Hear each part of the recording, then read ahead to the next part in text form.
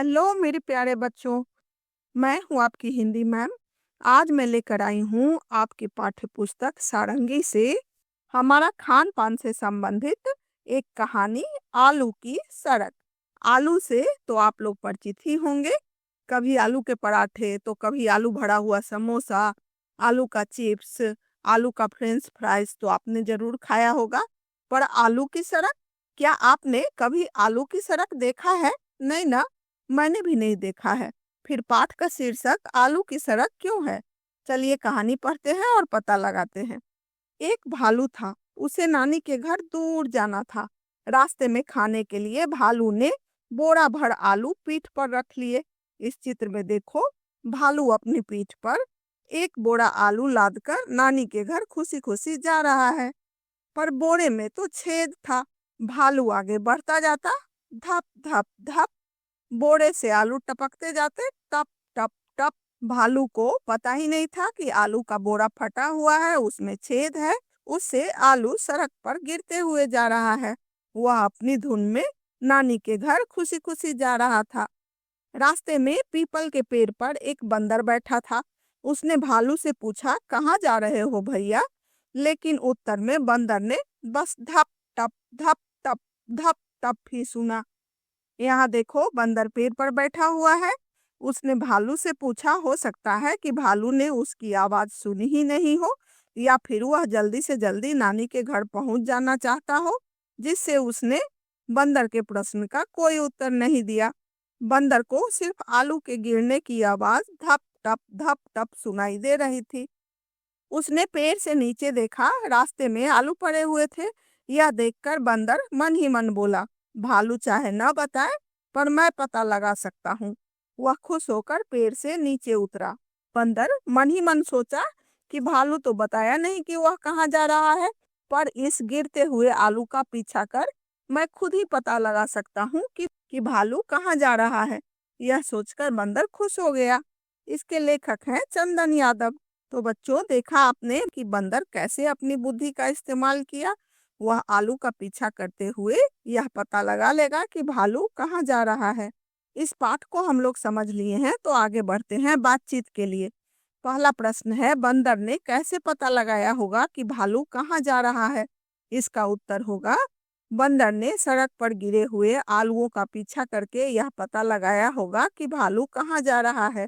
दूसरा प्रश्न है, भालू ने बंदर को कोई उत्तर क्यों नहीं दिया होगा?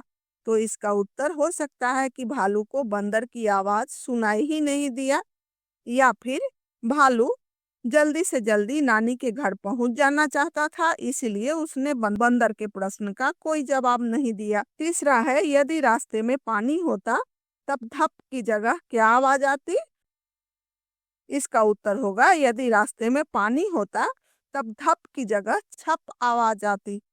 चौथा है, अगर बोरे में छेद नहीं होता तो कहानी में आगे क्या होता? अपनी कहानी सुनाइए। तो इसका उत्तर आप खुद ही सोचकर लिख सकते हो। ऐसे यह भी लिख सकते हो कि अगर बोरे में छेद नहीं होता तो बंदर पेड़ पर ही बैठा रह जाता। उसे यह पता ही नहीं चलता कि भालू कहाँ जा रहा है। आवाजें तरह तरह की। हमें आसपास कई प्रकार की आवाजें सुनाई देती है, जैसे घंटी बजने पर टन टन, बादल गरजने पर घर घर, पानी टपकने पर टप टप। बताइए, इन वस्तुओं की आवाजें कैसी होती है?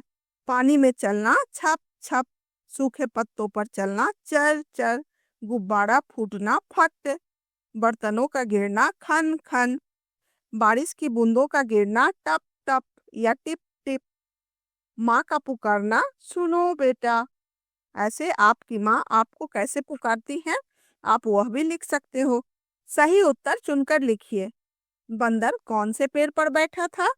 पीपल के पेड़ पर। भालू कहाँ जा रहा था? नानी के घर। भालू के बोरे में क्या रखा था? आलू।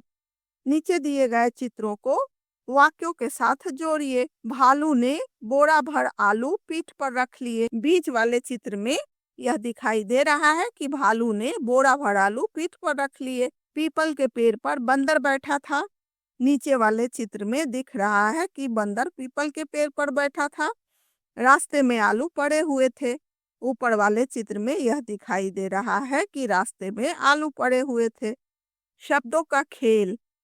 पहला है, ब से शुरू होने वाले शब्दों को पहचानिए, अनुमान लगाकर पढ़िए और लिखिए। पहला चित्र है, ज ल में एक की मात्रा, ब में बड़ी ई की मात्रा, जलेबी। यह तो ज से शुरू होता है, ब से नहीं। दूसरा है, ड म र में ऊ की मात्रा, डमरू। यह ड से शुरू होता है, ब से नहीं। तीसरा है, त में आ की मात्रा, र में आ की मात्रा, तारा। यह त से शुरू होता है, ब से नहीं। चौथा है, ब स त संयुक्त, आ की मात्रा, बस्ता। बस्ता ब से शुरू होता है। इन शब्दों को देखकर आप खाली जगह में लिखोगे। दूसरा है, नीचे दिए गए चित्रों के नाम सुनिए। छोटा ऊ, ल संयुक्त, बड़ा ऊ, उल्लू। क में छोटा ऊ की मात्रा, र, त में आ की मात्रा, कुर्ता।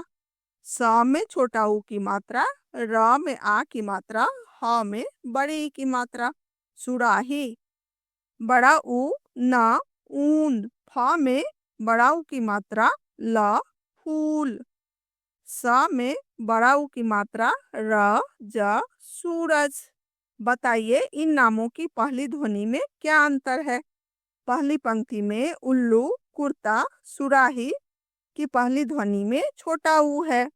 दूसरी पंक्ति में ऊन, फूल, सूरज की पहली ध्वनि में बड़ा ऊ है। छोटा ऊ के उच्चारण में कम समय लगता है और बड़ा ऊ के उच्चारण में ज्यादा समय लगता है। नीचे दिए गए चित्रों के नाम बताइए और लिखिए। तो आप लिखोगे भालू, सड़क, टमाटर, सूरज। भालू शब्द में भा और लू अक्षर जुड़े हुए हैं। यदि भा की जगह का, ला, ता, बा, शा जोड़े तो क्या शब्द बनेगा? इन्हें लिखिए और पढ़कर सुनाइए। का जोड़ लू, कालू। ला जोड़ लू, लालू। ता जोड़ लू, तालू। बा जोड़ लू, बालू। शा जोड़ लू, शालू। आप इन खाली जगहों में इससे बने हुए शब्द लिखोगे। सबसे बड़े पत्ते में हरा रंग भरिए। तो आप देख रहे हो इन 3 चित्रों में तीसरा चित्र सबसे बड़ा पत्ता है, उसमें आप हरा रंग भर दोगे। तो बच्चों, अब तो आपको पता चल गया होगा कि इस कहानी का शीर्षक आलू की सड़क क्यों है। क्योंकि आलू सड़क पर गिरते जा रहे थे और बन गया आलू की सड़क। आपको यदि यह पाठ समझ में आ गया हो और पढ़ने में अच्छा लगा हो तो आप मेरे चैनल को सब्सक्राइब कीजिएगा, ताकि आपको प्रत्येक पाठ का ऐसे ही विश्लेषण मिले और प्रश्नों के उत्तर मिले। ठीक है, और कोई भी दिक्कत हो तो आप कमेंट सेक्शन में लिखकर पूछ सकते हो। तब तक के लिए बाय।